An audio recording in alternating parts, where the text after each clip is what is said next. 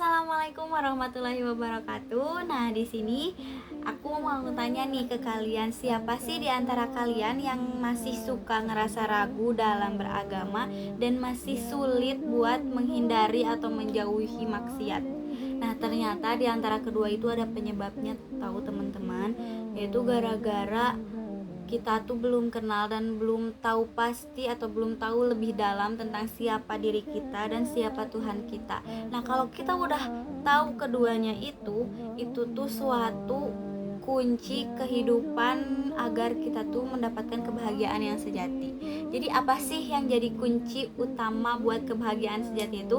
Yaitu ma'rifatullah. Dimana ma'rifatullah ini itu mengenal Allah. Mengenal Allah atau ma'rifatullah itu adalah salah satu ilmu yang paling mulia karena objeknya adalah Allah Subhanahu wa taala. Dimana Allah Subhanahu wa taala ini adalah sang pencipta yang menciptakan bumi, langit, dan seisinya. Lalu bagaimana cara kita mengenal sang pencipta kita? Yaitu melalui 3 cara. Yang pertama, melalui ayat-ayat Allah, yaitu di dalamnya dibagi menjadi 2 lagi. Ada ayat-ayat qauliyah atau bisa disebut dengan dalil nakli, petunjuknya dari wahyu Allah, Al-Quran dan Al-Hadis. Di dalamnya menjelaskan hakikat Allah.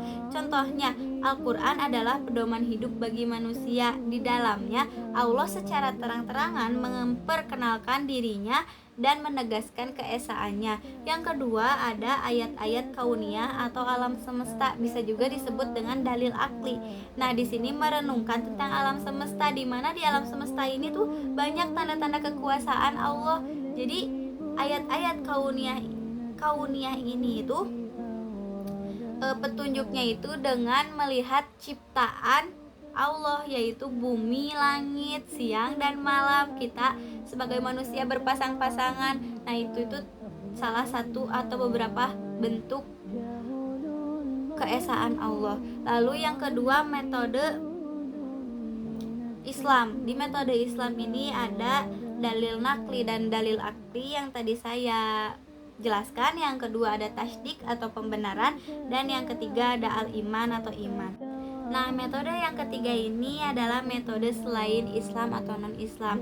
Pengenalan melalui metode selain Islam ini dapat menyebabkan kufur atau ingkar. Di antaranya ada azan wa al-hawa, yaitu prasangka dan nafsu.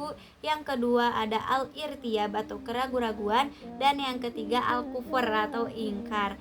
Nah, al-kufur ini adalah akibat dari adanya prasangka, nafsu, dan keraguan-raguan tadi yang menyebabkan akan terhapusnya seluruh amalan kita dan menjadi penghuni neraka. Lalu kenapa masih banyak orang yang sulit mengenal Allah, atau bahkan kita juga sulit gitu merasa sulit mengenal Allah? Yaitu karena ada 2 penyakit penghalang. Yang pertama ada maradus syahwat.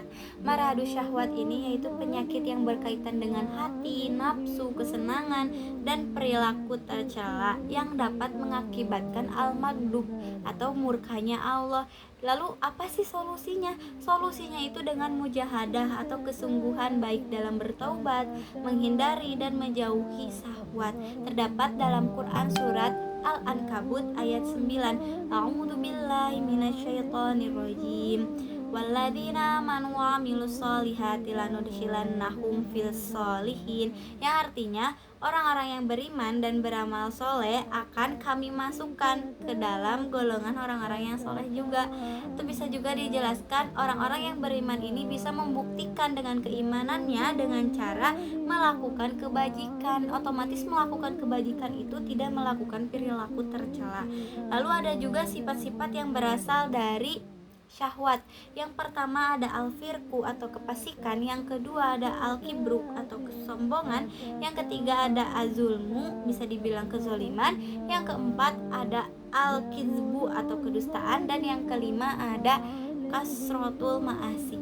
Kasrotul ma'asi ini yaitu banyak melakukan perbuatan maksiat, seperti dalam Quran surat Al-Mutaffifin ayat 14. Nah, yang kedua ini ada maradus subhat atau penyakit subhat yang berkaitan dengan akal dan logika, yang mengakibatkan adanya kezoliman atau kesesatan. Solusinya yaitu dengan memperbanyak ilmu agama.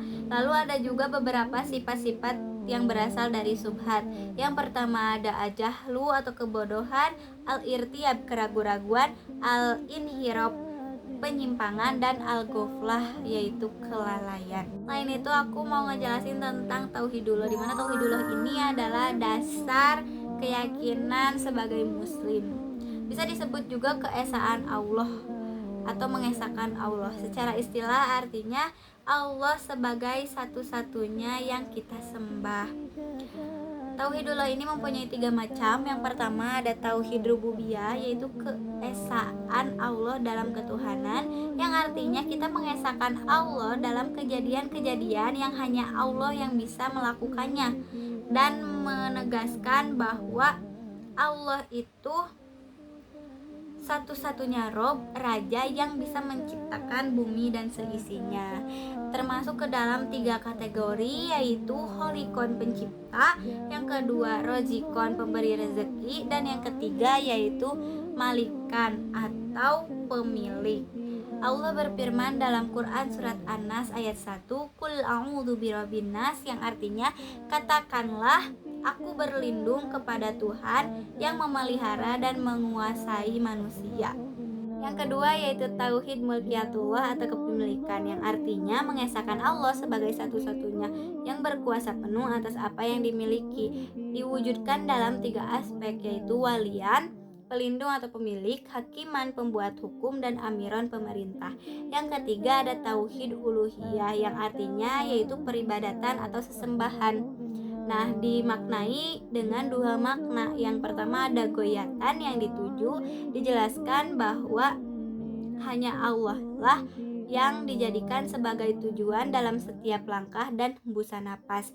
Yang kedua ada ilah ma'budha, yang artinya Tuhan yang disembah. Dijelaskan juga dapat diartikan bahwa hanya Allah lah satu-satunya yang wajib kita sembah dan kita ibadahi. Nah, setelah kita mengetahui dan memahami keduanya itu, kita akan mendapatkan ketenangan dan kehidupan yang baik. Mungkin sekian yang bisa saya sampaikan.